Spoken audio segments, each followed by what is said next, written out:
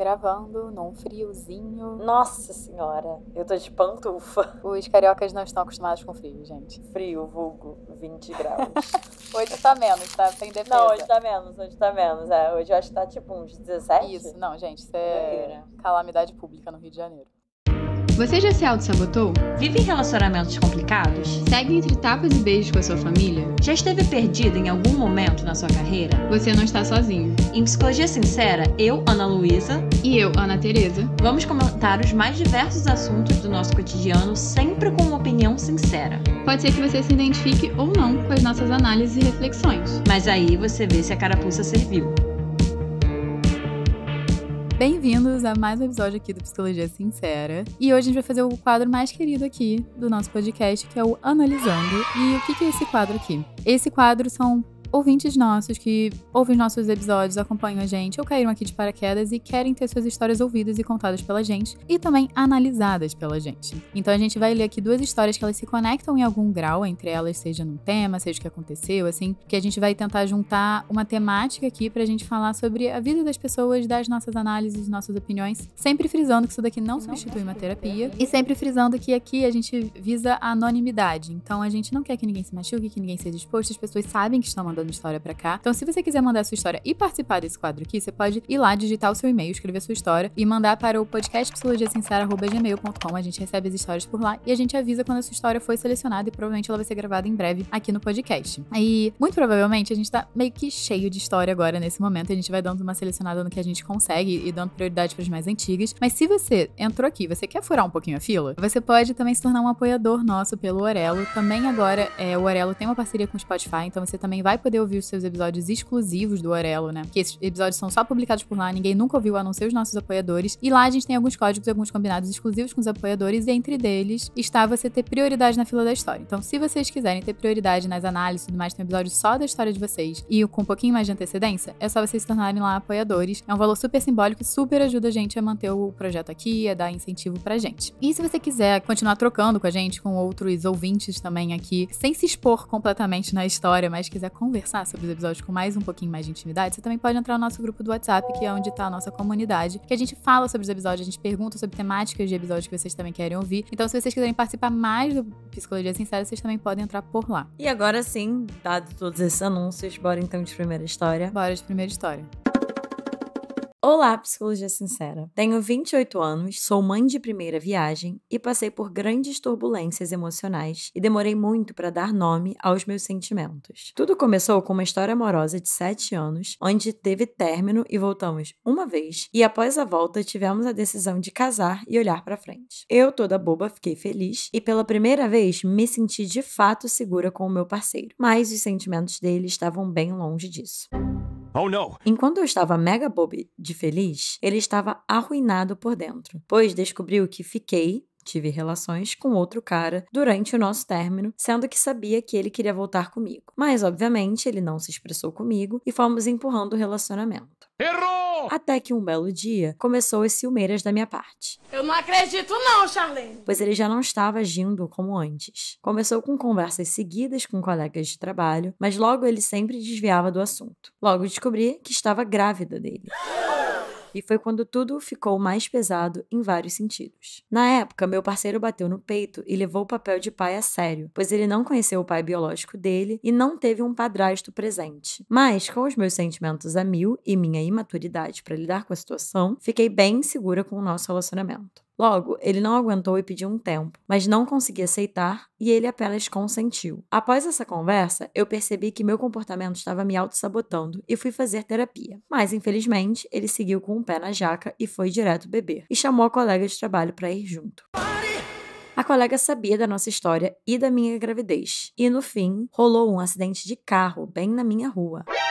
Resumindo, minha reação foi explosiva e me destruiu por dentro, mas ainda assim me preocupava muito com ele devido ao acidente. Me segurei muito para não bater na garota e não falei mais com o pai do meu filho. Passou um mês e eu esperava que ele fosse vir conversar comigo. Ele apenas seguiu a vida dele. Ele se recuperou, ficava todo fim de semana bebendo e foi se aproximando cada vez mais dessa colega de trabalho. Mas se preocupava se meus exames estavam bem. Até me acompanhava no começo nos exames e isso me comoveu. Me deu falsas esperanças de que voltaria voltaríamos, pois sim, rolava chamegos e beijos. Tentei conversar seriamente com ele sobre o acidente, mas ele jurava que não havia me traído. Mas, no fim, descobri que essa colega que teve rolo, entre aspas, pois não havia um relacionamento de fato, mas as conversas dela com ele demonstrava que ela foi bem clara e ele sempre foi evasivo e dava falsas esperanças a ela. No fim, quando eu descobri que ele se mudou para casa, onde nós alugamos juntos, e ele levou essa garota lá, aquilo para mim foi a gota d'água e mandei ele seguir com a vida dele e parar de mentir. Acho que foi a primeira vez que, apesar de sentir tanta dor, consegui ter um pingo de lucidez ali. Mas ele veio com um assunto pensando no futuro do nosso filho. Queria ficar presente ao lado do filho,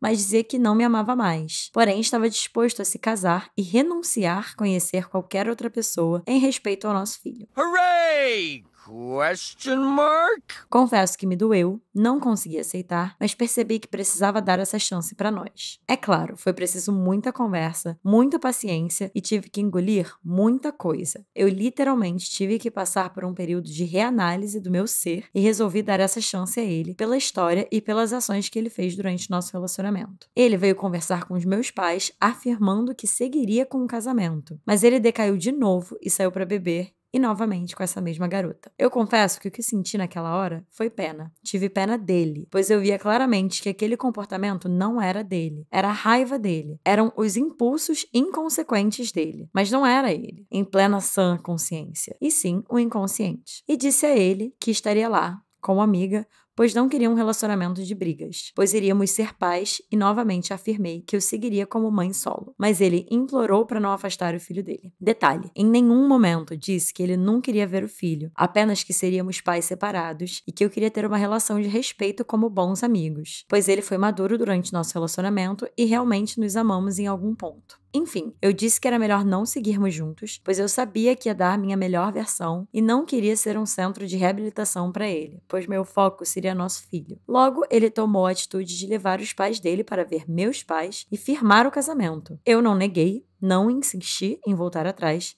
deixei meu impulso tomar a ação. No fim, nós casamos e fomos morar juntos com o pretexto de que era o bem para o nosso filho. Hoje, após muita terapia, conseguimos acertar alguns pontos. Somos ótimos amigos, voltamos a ter afeto um pelo outro. Mas ainda assim ficam aqueles gatilhos.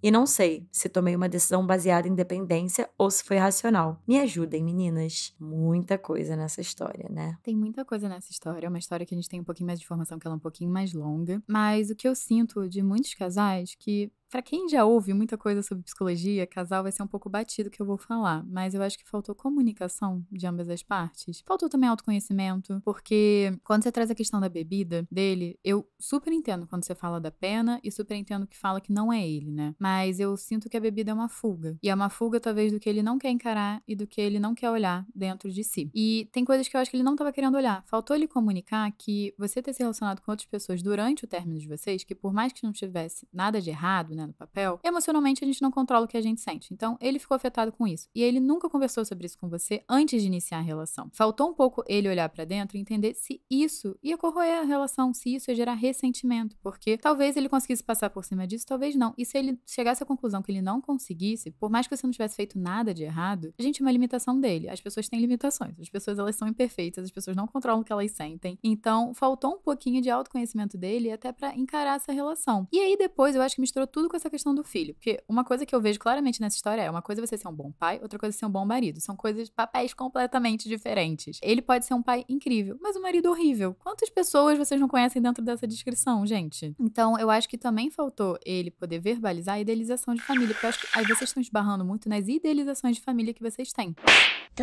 Ele tem os traumas dele e acha que ter pais separados provavelmente é uma coisa negativa, que acha que você vai fazer, por exemplo, sei lá, alienação parental, afastar o filho, sendo que você mesmo falou que não, mas é irracional também. Isso também é irracional, é inconsciente que ele não tá olhando, que é o que ele idealizou sobre família, que ele não vai ter com você, e ele não tá conseguindo encarar. Ele tá tentando viver esse casamento que tá te fazendo mal, e provavelmente deve estar fazendo mal pra ele, em prol de um filho que vai ver um casal não feliz. Pra que agredir? Não tem necessidade isso. Você falou muitas coisas dentro de pontos que eu queria falar, mas são tantos que eu vou começar focando nessa questão do pai, né? Que isso é uma coisa que eu também pensei. Me chamou a atenção quando você traz. Na época, meu parceiro bateu no peito, levou a sério o papel de pai, pois ele não conheceu o pai biológico e não teve um padrasto presente. Então, me parece que, bem como a gente traz aqui em outros episódios do podcast, né? Ele pegou algo da história dele, todos nós fazemos, né, de alguma forma, mas pegou algo da história dele, algo que ficou em falta na história dele, de alguma forma tá tentando compensar, né, tá projetando, como a gente chama, isso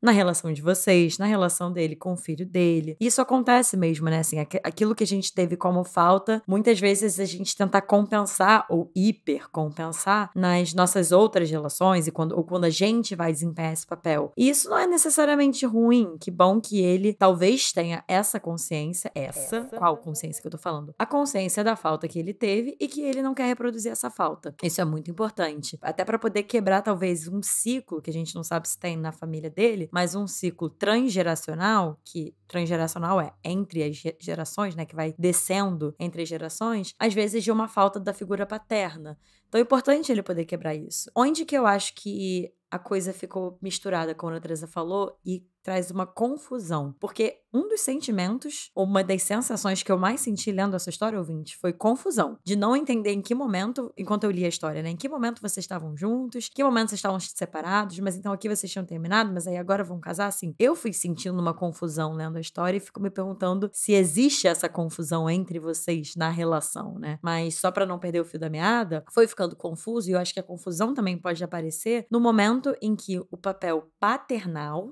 dele se confunde com o papel de parceiro amoroso, como a Ana Teresa falou, que mais uma vez é algo que a gente faz muito sem perceber, que os casais fazem muito sem perceber. Eu até fiquei pensando quando eu tava lendo essa história que talvez porque a gente sempre traz muito também essa visão social pros nossos episódios, né? E socialmente por muito tempo, acho que na geração acima, por exemplo, da minha e da Ana Teresa, ainda tinha muito forte essa ideia da família e do casal nesse lugar de, assim, juntar, colar o papel de pai e mãe, né? O papel dos cuidadores com o papel de um casal, né? Como se fosse a mesma coisa. O pai e a mãe de um filho são um casal e, assim, como se não tivesse essas duas instâncias separadas. E o que eu fui aprendendo, pelo menos nos meus estudos enquanto psicóloga e, enfim, não sou terapeuta de casal ainda, mas estudo isso para um dia ser também, é de entender a importância de diferenciar o que é a instância, digamos assim, né? O que é a entidade parental, que é bem como a Andressa estava falando, as funções que são as funções de um pai e de uma mãe perante um filho e que juntos também eles têm ali como uma troca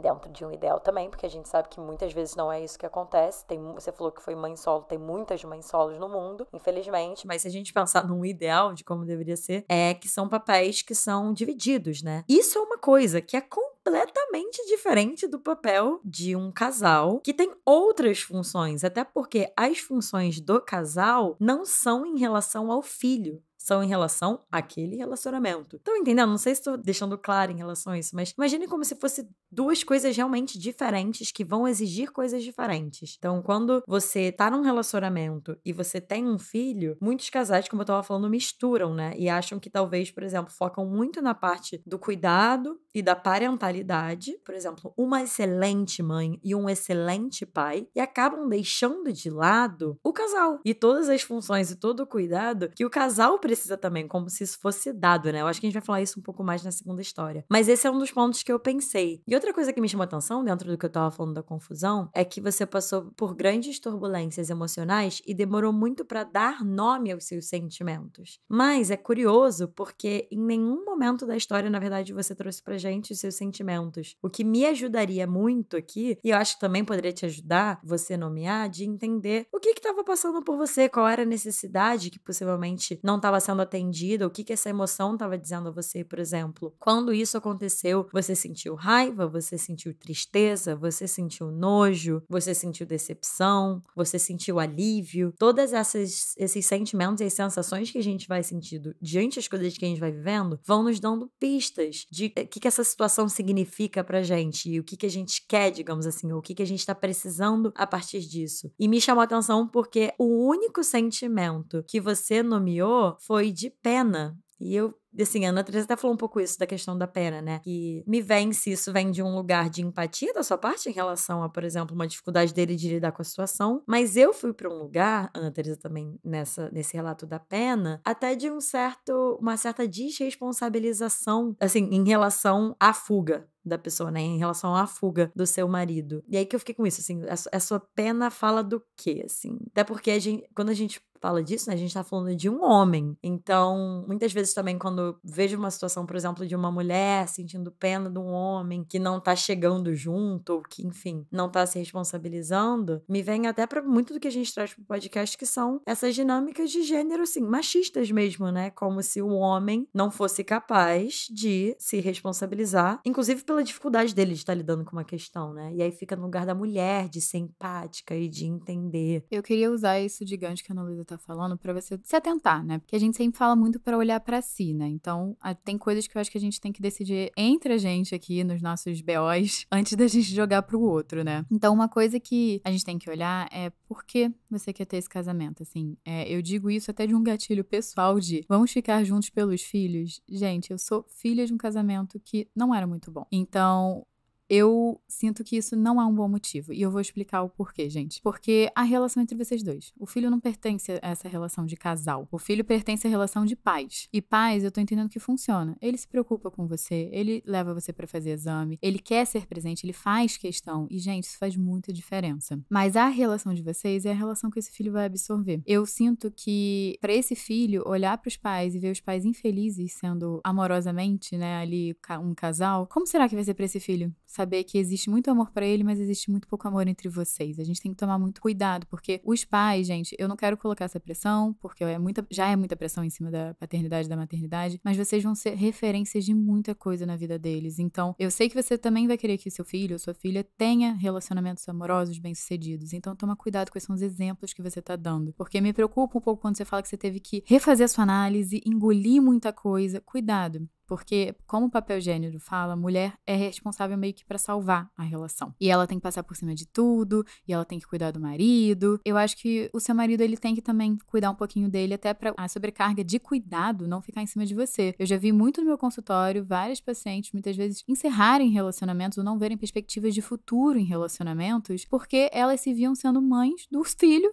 e do marido. E não é mais uma função que muitas mulheres querem exercer e não tem nada de errado. Ele ter sido bom com você, não ter tido nenhum grande drama na relação, não faz com que você tenha a obrigação de estar com ele. Pode ser que você não esteja mais feliz nessa relação, pode ser que ele também não esteja mais feliz nessa relação e tá tudo bem. As relações, elas não precisam durar pra sempre. Por isso que eu comecei um pouco o episódio falando das idealizações que você tem, porque a gente tem uma idealização que eu acho que é um pouco errônea quando a gente fala de relacionamento, que as coisas precisam durar pra sempre. Não só na vida amorosa, mas em várias coisas, né? Todas as relações precisam durar pra sempre. Não. Muitas vezes o desfecho perfeito pra uma relação é vocês exercerem outros papéis ou reformular essa relação de outra forma que talvez vocês não seja amorosa, mas seja de muita parceria como pais. Mas você repensar em outros modelos de relação sem ser da família margarina, tradicional, casado, nananã. Até pensando no seu bem-estar psicológico, eu acho que o seu filho vai ficar feliz de te ver crescendo feliz. E eu fico imaginando, assim, os exemplos que você vai dar, porque você também mostrar que você tá aí priorizando sua felicidade, você não aguenta qualquer coisa, mas que você sabe conviver com pessoas que erraram com você, olha quanta coisa, né? Eu sei que eu tô aqui um pouquinho enviesada, mas é porque me preocupa o filho ser uma desculpa, sendo que o filho não deveria ter sido metendo no meio de uma relação amorosa a dois.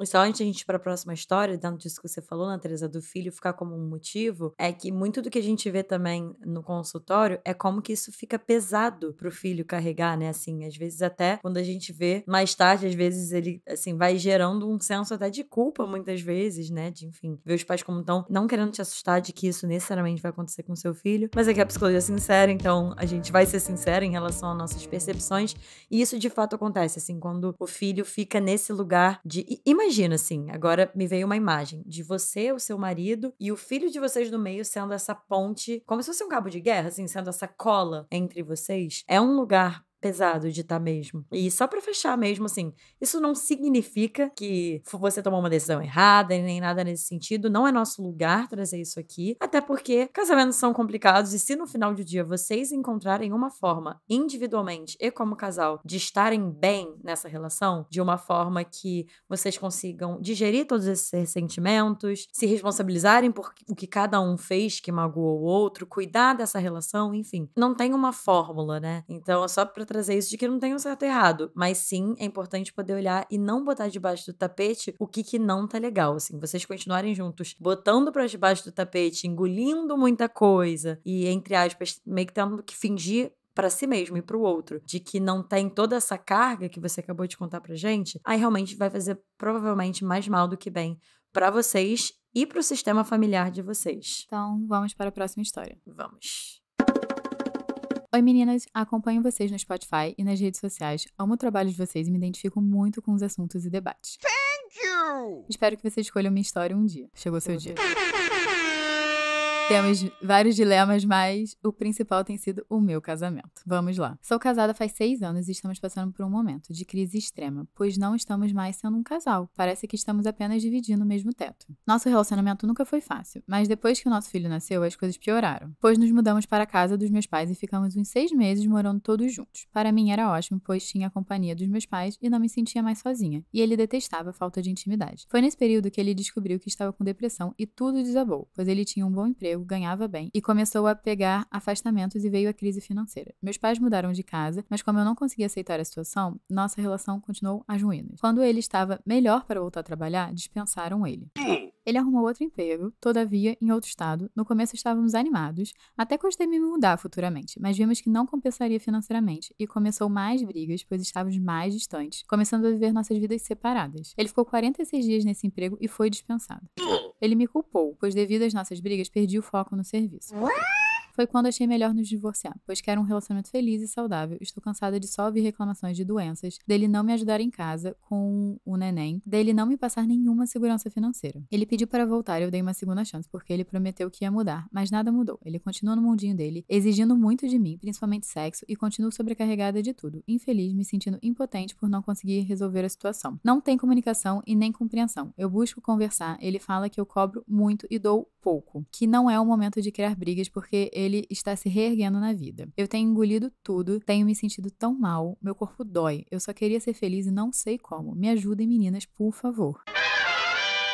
Caramba, essa é mais curta, mas também tem muita coisa, né, assim. O que me chamou a atenção foi esse final, porque a gente tá vendo novamente uma mulher num casamento relatando que tem engolido tudo. Another one. Então, quanto que isso não é comum, assim, homens sabemos que também vocês podem vivenciar isso, mas é porque a gente, assim, trazendo um atravessamento de gênero mesmo, como a gente sempre fala aqui no podcast, isso é muito comum, da mulher ficar nesse lugar de renunciar e de abrir mão e de cuidar, e até me chamou atenção quando você fala me sentindo impotente por não conseguir resolver a situação, como se fosse da sua responsabilidade resolver tudo isso, tanto do relacionamento quanto, por exemplo, do que ele tá vivendo. Porque o que eu quero trazer é que, assim, as vivências dele podem ser muito válidas. Passar por uma demissão 2 vezes, isso abala qualquer pessoa, e ainda mais se a gente pensar mais uma vez no recorte de gênero, no lugar que o trabalho fica, assim, os homens, eles se sentem validados como pessoas, né, na autoestima deles, muito pelo trabalho. Então, afeta muito quando essa área é mexida, né? Então, assim, não é querendo invalidar, né, o que ele tá passando. Mas o que me vem é que me parece que, de alguma forma, parecido com o que a gente falou na primeira história, mas talvez com menos esse caos.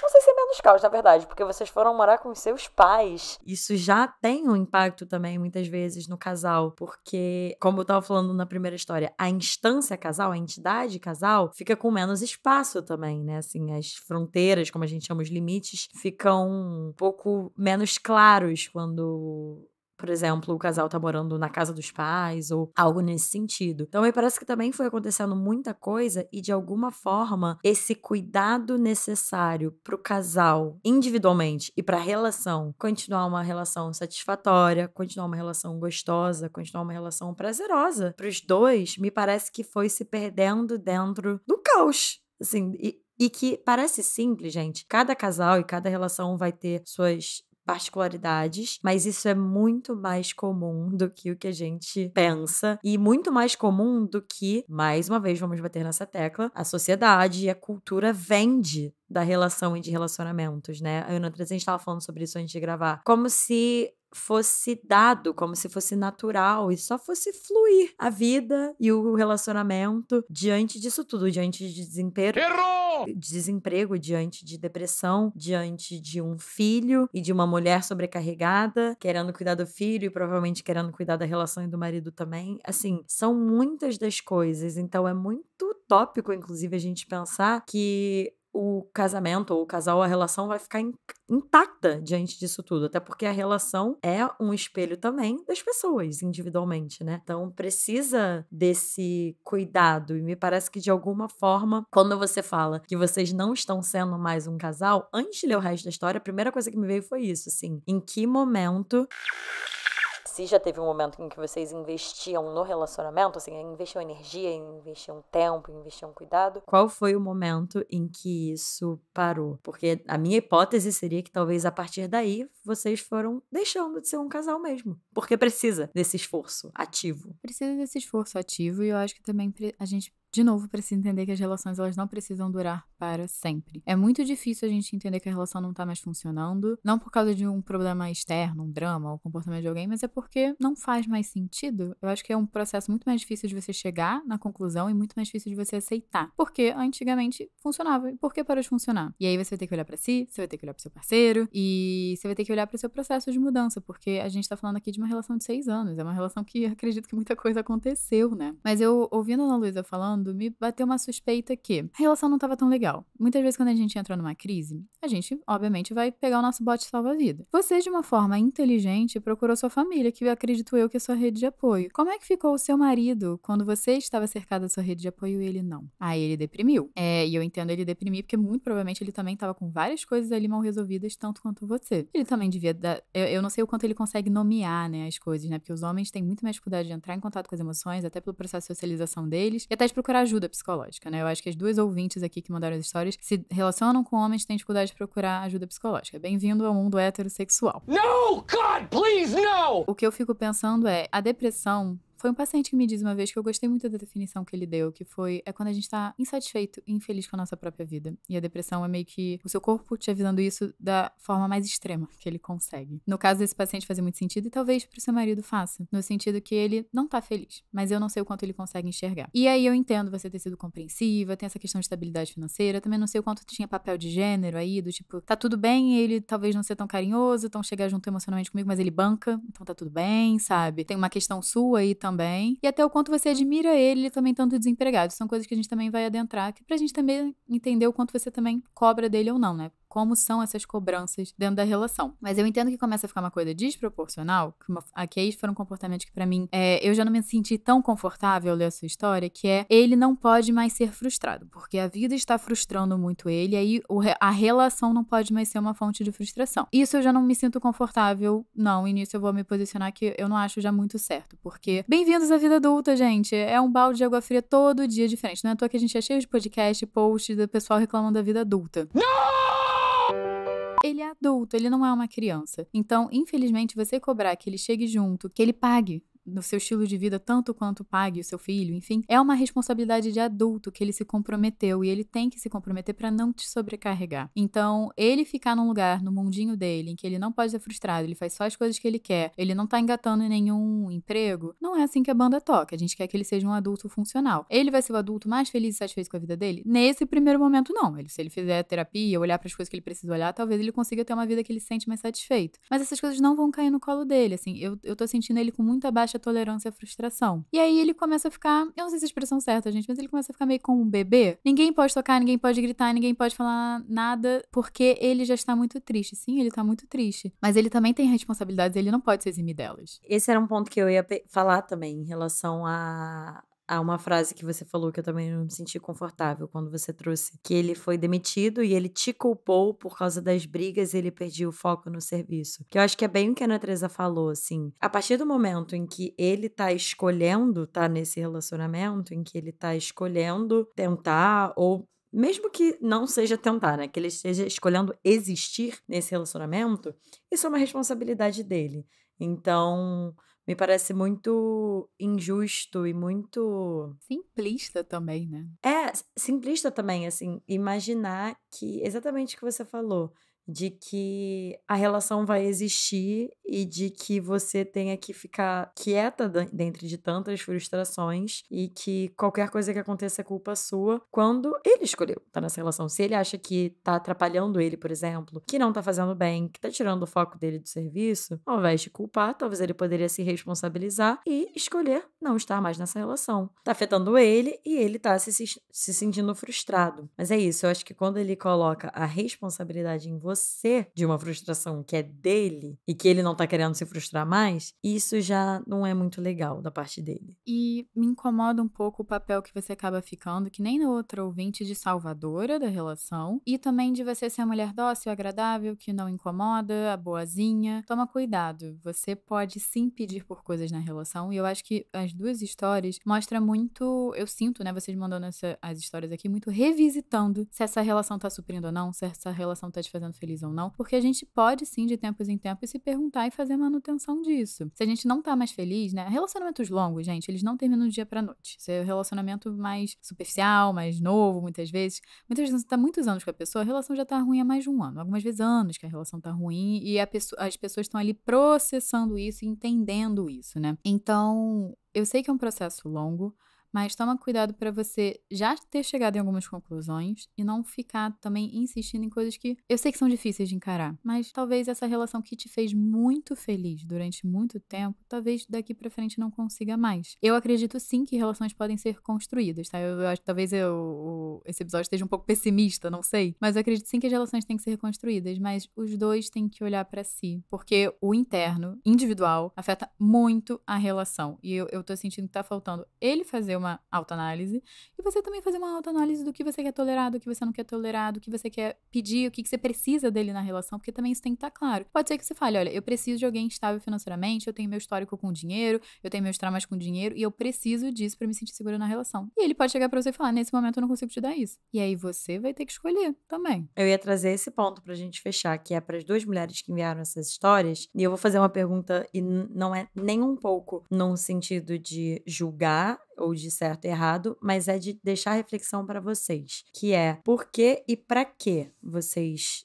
decidiram até então continuar nessa relação, assim. A serviço do quê? O que tá fazendo vocês ficarem? Porque da mesma forma que a gente tá responsabilizando eles, vamos tentar entender também qual é a parte de vocês que tá mantendo, né? Talvez ter esses motivos claros ajude a ter essa clareza mesmo, se faz ou não sentido, porque volto a dizer, não necessariamente tem um certo e errado, e sim escolhas e as consequências delas. Então, ficar significa o quê? Terminar significa o quê? Se vocês ficarem, o que vocês precisam? O que vocês estão pedindo pro outro e estão recebendo ou não estão recebendo?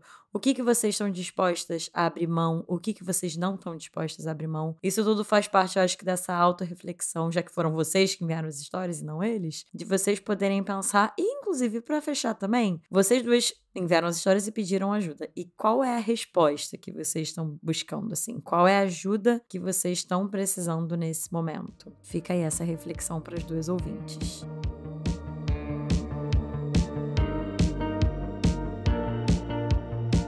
Gente, então com essa reflexão, a gente tem que primeiro decidir o emoji, né? Nossa, verdade. Eu tô pensando, já que a gente tá falando sobre casais aqui heterossexuais, a gente pegar um emoji que é um homem e uma mulher de mãos dadas pra representar aqui os casais. Então vocês comentem aqui esse emoji, gente, se vocês se identificaram, se vocês gostaram do episódio, se vocês acham que mais pessoas deveriam estar ouvindo esse episódio pro Spotify entender que esse episódio é relevante e divulgar pra mais gente. Também não deixa de classificar aqui esse podcast com 5 estrelinhas se vocês estão gostando, até porque isso ajuda muito a gente aqui nas classificações das plataformas de áudio. Sim.